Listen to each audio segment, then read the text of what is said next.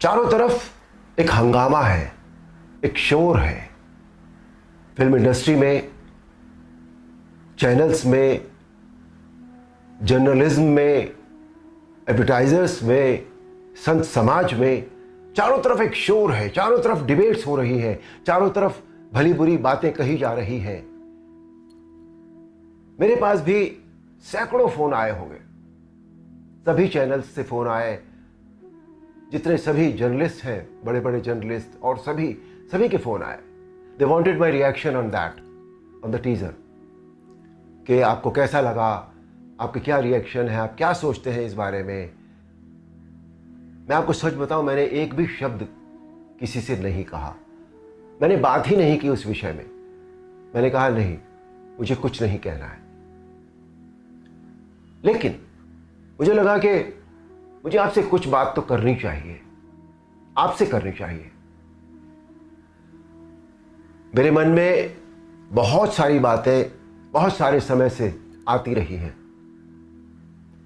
और इस हंगामे को लेकर, इस इशू को लेकर मुझे लगा कि शायद ये सही समय है जब मैं अपनी बातें आपके साथ शेयर कर सकूं।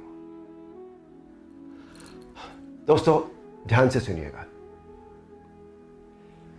रामायण, महाभारत, श्रीमद् भागवत जैसे जितने भी ग्रंथ हैं, शास्त्र हैं, ये हमारी सांस्कृतिक और धार्मिक धरोहर है। ये हमारी संस्कृति है, ये हमारी जड़ है। सारी मानव सभ्यता के लिए ये नींव के समान है, और न तो नींव को हिलाया जा सकता है और न ही जड़ को बदला जा सकता है। नींव या जड़ से किसी भी तरह का खिलवाड़ या किसी भी तरह की छेड़छाड़ बिल्कुल भी ठीक नहीं है। हमें इन शास्त्रों से संस्कार मिलते हैं, जीवन का आधार मिलता है। ये धरोहर ही हमें जीने की कला सिखाती है। हमारी संस्कृति विश्व की सबसे प्राचीन संस्कृति है। हमारी हर पीढ़ी इसे युगों युगों से आत्मसात करती आ रही है, जिसका सबसे बड़ा एग्जाम्पल है 2.5 साल पहले जब कोरोना आया था, तो कोरोना ने लोगों की धार्मिक भावनाओं को तब से लेकर आज तक और भी प्रबल कर दिया है। हमारी धार्मिक परंपराओं और मान्यताओं को और अधिक पुष्ट किया है इस महामारी ने। टीवी पर जब धारावाहिक रामायण प्रसारित हुई थी कोरोना के दौरान, तो रामायण ने एक विश्व रिकॉर्ड बनाया।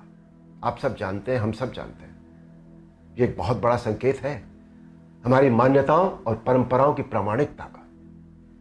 इस बार यानी 2020 में रामायण आज की युवा पीढ़ी ने भी देखी, और 35 साल पहले बनी रामायण को पूरी श्रद्धा और आस्था से देखा, समझा और आत्मसात किया।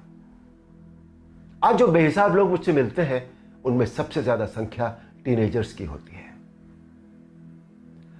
दोस्तों, 500 साल के संघर्ष, अथक प्रयत्न और जद्दोजहद के बाद, न जाने कितना रक्त बहाने के बाद हमें राम मंदिर के पक्ष में निर्णय मिला, और वहां एक भव्य मंदिर का निर्माण हो रहा है, जो 2024 तक पूरा भी हो जाएगा।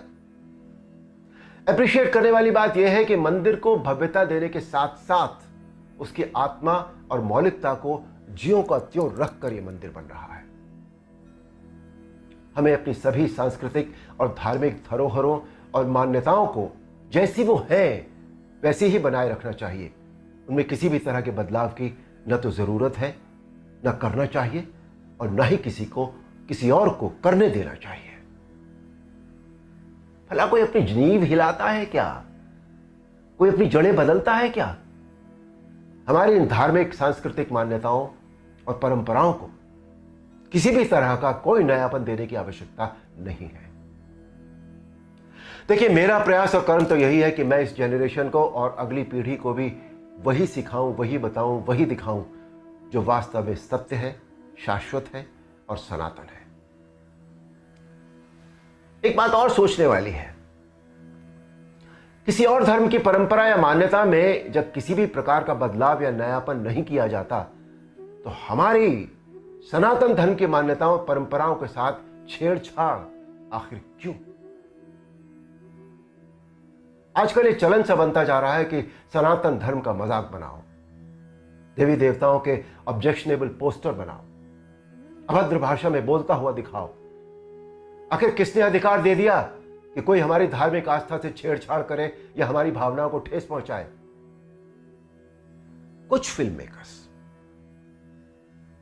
कुछ राइटर्स, कुछ पेंटर्स, कुछ एक्टर्स, कुछ एडवर्टाइजर्स को इस बात का विशेष ध्यान रखना चाहिए कि वो क्रिएटिव लिबर्टी के नाम पर धर्म का मजाक न बनाए और न ही किसी की मान्यता या परंपरा को तोड़ मरोड़ कर प्रस्तुत करें।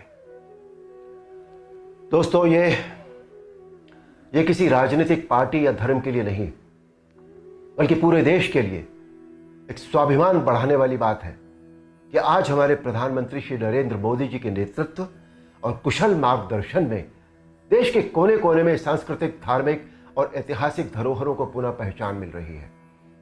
स्थान स्थान पर कॉरिडोर बनाए जा रहे हैं जिनसे हमारी इन धरोहरों की रक्षा भी हो रही है, उनका पुनर्निर्माण भी हो रहा है, साथ ही उनकी मौलिकता भी यथावत रखी जा रही है। मोदी जी, ये देश सदैव आपका ऋणी रहेगा। मेरा अनुरोध है आप सबसे कि आप सब पूरी सक्रियता और जागरूकता के साथ अपनी अमूल्य सांस्कृतिक, धार्मिक मान्यताओं और धरोहरों को सहेज कर संभाले रखने का संकल्प करें और दूसरों को भी इसके लिए प्रेरित करें। धन्यवाद। नमस्कार।